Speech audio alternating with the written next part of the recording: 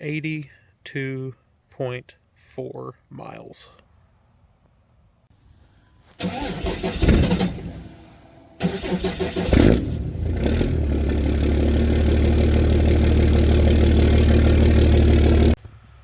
Oh, that didn't take long. I spell it U-S. Huh? You know, like us, we're broke all the time. Yup. So apparently, transcooler, or one of the lines to the transcooler, is leaking more than I thought it was. I thought it was just a little residual leak from adjusting the second gear band, having the nut loose. Apparently, it's more than that, because we'll either just fry the trans or it's perfectly fine, just low on fluid. Find out. So I got a ride back to the house, and oh my god. Got a ride back to the house, got transmission fluid.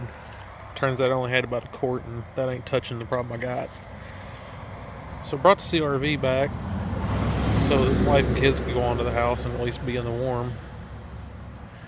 And taking my youngest from the truck over to the CRV, said, "Hey, this is why you shouldn't take a pickup, because things break." I knew we were going to have problems. And the genius that this little 5-year-old has, it can't be broke if you don't drive it. That'd be way so much easier right now. Oh well. Wife's gonna run up to the Wally World, get us some ATF, and hopefully that'll fix it good enough to get home, and then I'll figure out what's actually leaking.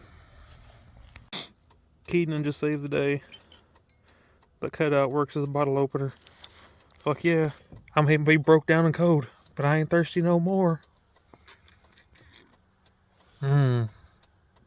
Delicious.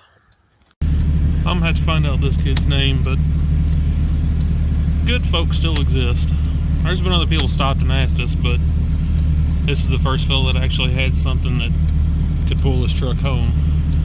I guess all us Dodge folk gotta stick together. We all live that broke transmission life.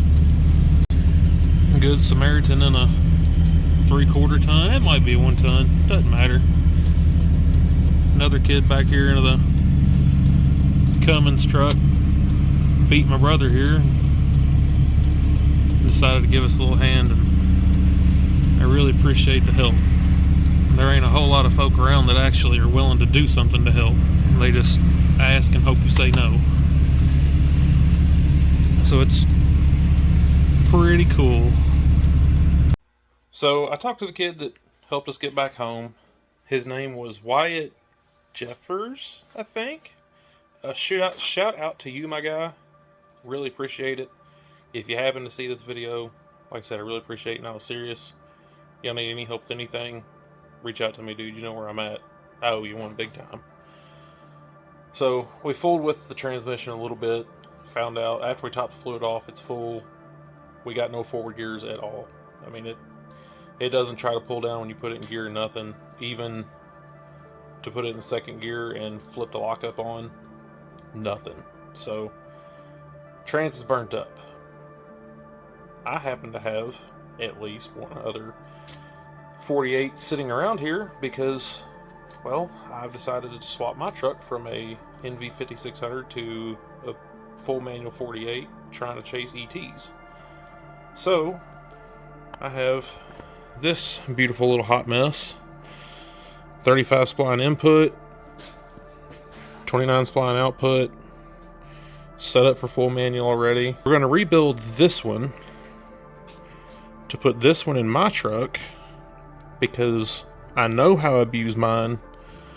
I know if I don't have this big beefy 35 spline, it's not going to be very long before the trans is back out, and then we're right back at square one with broken transmissions and fighting more budget problems. So over the next week or two, I'm going to pull this trans down, find out what's wrong with it.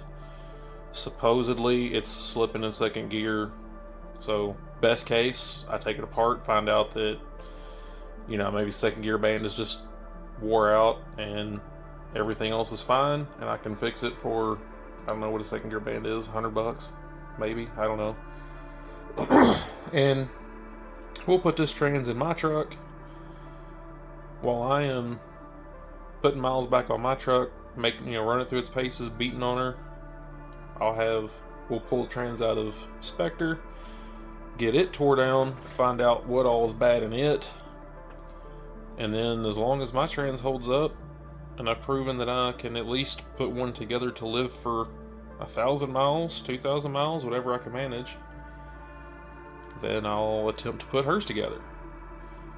If my trans burns up in that time, then I guess I'm not a transmission builder, and I'll send it out to Firepunk, more likely, probably Logan Built. Try to support another Kentucky guy. If you don't already, go follow him on YouTube. It's Logan Built. It's probably who I'm going to get all my parts from, because I've talked with Logan a time or two. He's a pretty cool dude. He's answered every stupid question I've had for him so far. I'm not an automatic guy. I've never messed with automatics. So I'm big time on a learning curve with this. You know, I don't know nothing about picking stalls and setting up stalls, and I know nothing about this. I'm winging a prayer on this. So we'll see. It's either going to work out, or I'm going to spend money, it not work out, and I'm going to spend even more money. Yeah! Oh well, it is what it is. Gotta pay to play, right? Part of life. So, build stuff on the trans coming soon. Hopefully, everything goes well. Like, comment, subscribe. Leave me comments down below. Let me know how I'm doing. Is there things that I'm doing you do like? Things I'm doing that you don't like? Just help me improve the content. I want to do what y'all like. You know, I'm doing this for fun. I would love for it to grow into something that I can make $30 a month off of. You know, it's a learning experience for me.